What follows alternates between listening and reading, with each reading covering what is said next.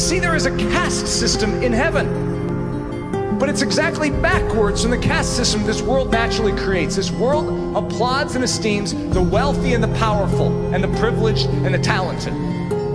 That's not how God's system works. Jesus came and he proved it. He took the lowest spot and he was God. The bigger you get in the kingdom of heaven, the lower position you take.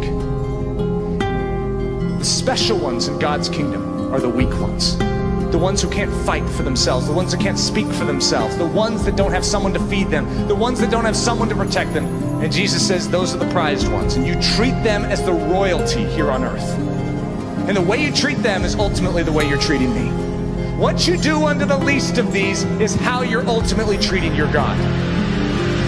Christianity is taking what has been purchased by the cross, the behavior of heaven, nature of Jesus Christ, and transplanting it into the heart of men and women down here on earth, so that they behave not like this world, but like heaven.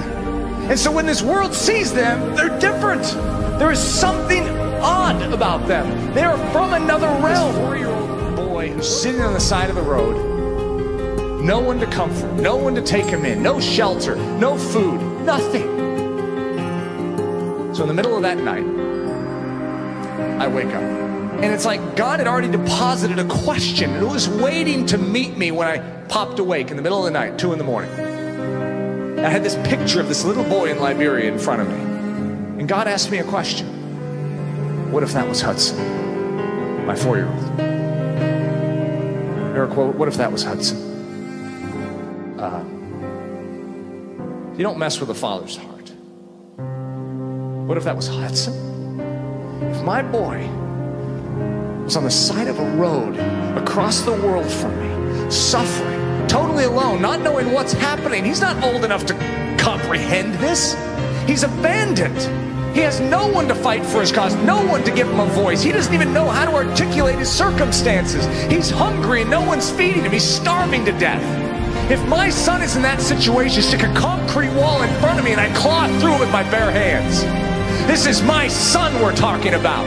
And if I couldn't get there, I would call up every friend I have. And I would say, I have a son over in Liberia. You call yourself my friend. I need you to get on a plane. And I need you to get to him. I'll give you the coordinates. I'll do whatever it takes. But I need you to get to my son and be a father to him. God's response. Eric, that's my Hudson. That is my Hudson.